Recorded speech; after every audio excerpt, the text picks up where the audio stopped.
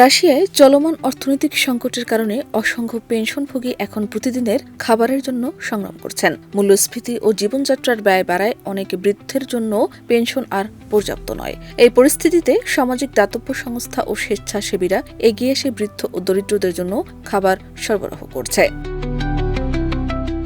Moscow, Saint Petersburg এবং অন্যান্য বড় শহরে প্রতিষ্ঠিত কিছু দাতব্য ক্যাফেতে প্রতিদিন শত শত পেনশনভোগী গরম খাবারের সুবিধা পাচ্ছেন।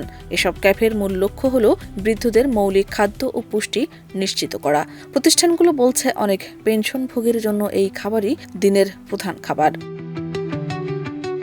অর্থনৈতিক সংকটের পাশাপাশি দীর্ঘদিনের অসুস্থতা, হাসপাতালের ব্যয়, ওষুধের দাম এবং বাড়ির খরচ বৃদ্ধির কারণে পেনশনভোগীরা ক্রমেই খাবার ও স্বাস্থ্য পরিষেবা থেকে বঞ্চিত হচ্ছেন। বিশেষজ্ঞরা মনে করছেন, বর্তমানে রাশিয়ার বৃদ্ধ জনসংখ্যার বড় অংশ খাদ্য নিরাপত্তার ঝুঁকিতে রয়েছে। এক পেনশনভোগী জানান, আমার পেনশন দিয়ে মাসের শেষ পর্যন্ত কোনো খাবার বাঁচানো অসম্ভব।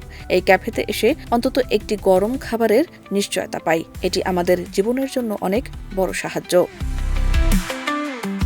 দাতব্য ক্যাফেগুলো শুধু খাবার নয়, মানসিক সমর্থনও প্রদান করছে। এখানে পেনশনভোগীরা সামাজিকীকরণ করতে পারেন, একে অপরের সঙ্গে কথা বলতে পারেন এবং একাকিত্ব কমাতে পারেন। স্থানীয় সমাজকর্মীরা বলছেন, এমন উদ্যোগ বৃদ্ধদের জীবনমান উন্নত করার ক্ষেত্রে গুরুত্বপূর্ণ ভূমিকা পালন করছে। সরকারি ও বেসরকারি সংস্থাগুলো এই ধরনের উদ্যোগকে সমর্থন জানাচ্ছে এবং আরও সম্প্রসারণের চেষ্টা চলছে। তবে বিশ্লেষকরা সতর্ক করছেন, অর্থনৈতিক চাপ বাড়তে থাকলে শুধু দাতব্য ক্যাফের উপর নির্ভর করা যথেষ্ট হবে না। বৃহত্তর নীতিমালা ও সামাজিক নিরাপত্তা ব্যবস্থার উন্নয়ন প্রয়োজন। অর্থনৈতিক সংকট ও বৃদ্ধদের ক্রমবর্ধমান খাদ্য নিরাপত্তা সমস্যা রাশিয়ার জন্য দীর্ঘমেয়াদী চ্যালেঞ্জ হিসেবে দেখা দিচ্ছে। এই পরিস্থিতিতে দাতব্য ক্যাফেগুলো অন্তত তাৎক্ষণিক সহায়তা প্রদান করছে, যা অনেকের জীবনের জন্য অত্যন্ত গুরুত্বপূর্ণ। শাহনাজ পারভীন, দেশ রূপান্তর।